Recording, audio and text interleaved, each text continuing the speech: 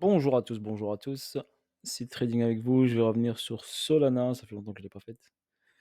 Donc Solana, donc ici, nous avons ici, je l'ai pris en weekly pour bien vous expliquer. Donc Solana ici, donc on a une hausse de Solana, explosion de la hausse ici, un beau petit palier ici sur Solana, accélération haussière, ATH. Donc Solana ensuite est venu ici casser cette petite zone accumulative. Donc cette zone accumulative, elle est venue prendre l'argent avec force. D'accord? Et elle est revenue dans le déséquilibre monthly. C'est déséquilibre mensuel. Je vais me mettre en mensuel pour vous le montrer. Donc là, on a le prix qui a été délivré fortement à la hausse, a créé forcément un déséquilibre de marché entre cette bougie et cette bougie. Donc ici, il y a un trou. Et le prix est revenu ici s'appuyer sur le déséquilibre et a fait un rebond sur le déséquilibre comme a fait le BTC sur la zone des 24 700. 24 700, c'est ça, ouais. Donc ici, Solana est venu chercher une zone ici. Donc ici, on avait des mêmes niveaux au même niveau. Ici, pareil, des zones, des sommets au même niveau. Donc cette zone ici, c'était de l'argent. Donc elle est venue dans la zone ici prendre les EQH. Elle a pris la première partie qui était ici, d'accord, avec cette petite accélération qu'elle a faite aujourd'hui.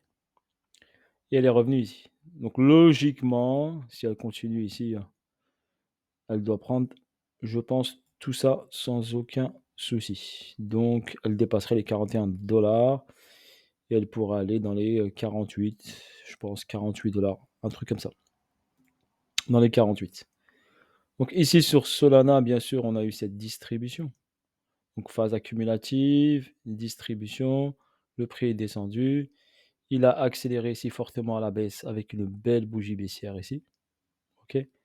Et ensuite, Solana s'est appuyé sur le déséquilibre monthly et a fait un retracement par rapport à ce mouvement baissier.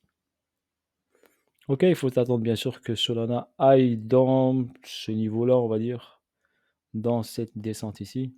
Donc si on va en monthly ici, on va dire, elle reviendrait prendre l'argent ici. Donc prendre l'argent ici et revenir potentiellement dans cette bougie-là. Allez, on va dire dans ce niveau-là ici. Déjà prendre ici l'argent, donc ici ce serait, si elle prend cette mèche-là, ce serait 48,38. Ok, déjà la prise, elle est ici, donc elle a pris ce niveau d'équal qui était bien sûr pertinent vu que c'était des équales de monthly ou weekly. Donc c'était de l'argent important, donc elle est venue chercher cette zone. Donc là, il faut voir ce qu'elle fait sur cette zone ici. En daily, qu'est-ce qu'on a?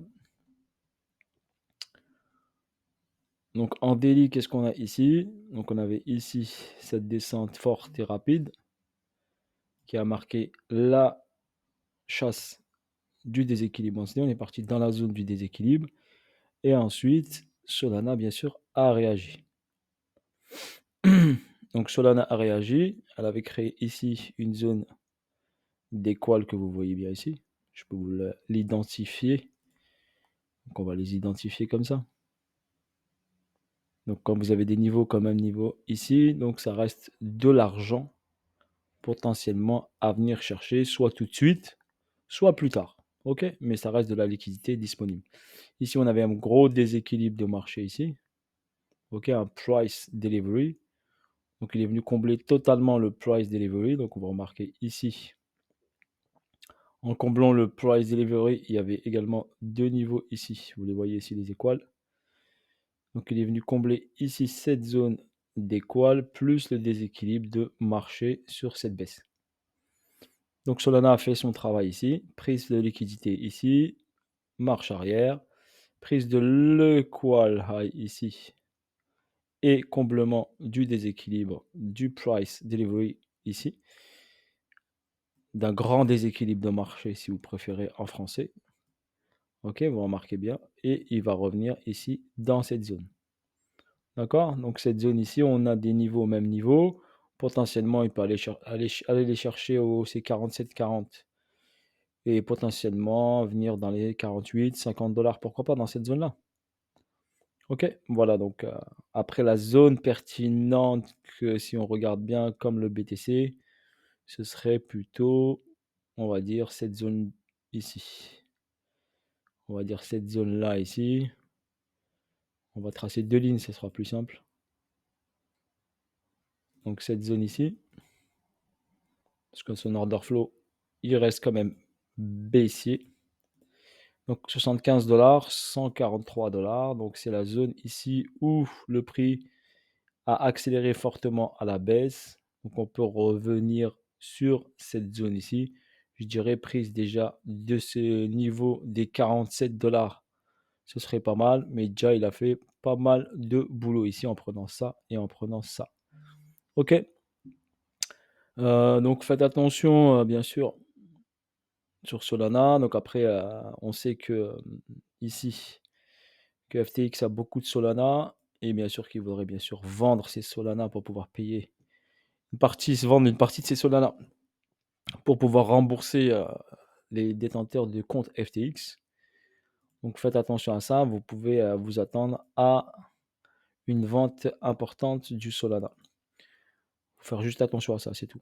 Se protéger. Donc si on utilise le Fibonacci par rapport à tout le mouvement ici, d'accord? Tout le mouvement baissier ici. Ici, on n'a pas atteint encore les 50%. Donc les 50% sont situés à 45 $. Potentiellement, bien sûr, passer au-dessus de cette zone des 50 $ pour revenir en zone chère, donc en zone premium, pour pouvoir vendre le marché, donc vendre l'actif. OK, s'il revient en 61,8, c'est 69 $. Donc après, il faudra voir ici sur cette zone. L'objectif déjà est de passer au-dessus de la ligne des 50. Si on prend le dernier mouvement ici, baissier, donc par rapport à cette dernière impulsion, ici on a dépassé, donc le 50 était à 34 $. Est-ce que je vais juste regarder juste s'il est en logarithmique? Oui, il est en logarithmique. OK. Donc si je le prends pas en logarithmique, c'est si je le prends pas en logarithmique, le 50 est à 136 et là 75, si je le prends en logarithmique, vu que la courbe est logarithmique, donc je viserais, je dirais, entre 47 et 60 dans cette zone-là. OK? Parce qu'ici, on a une grosse impulsion, donc faites attention à cela. Donc étape par étape sur Solana, bien sûr.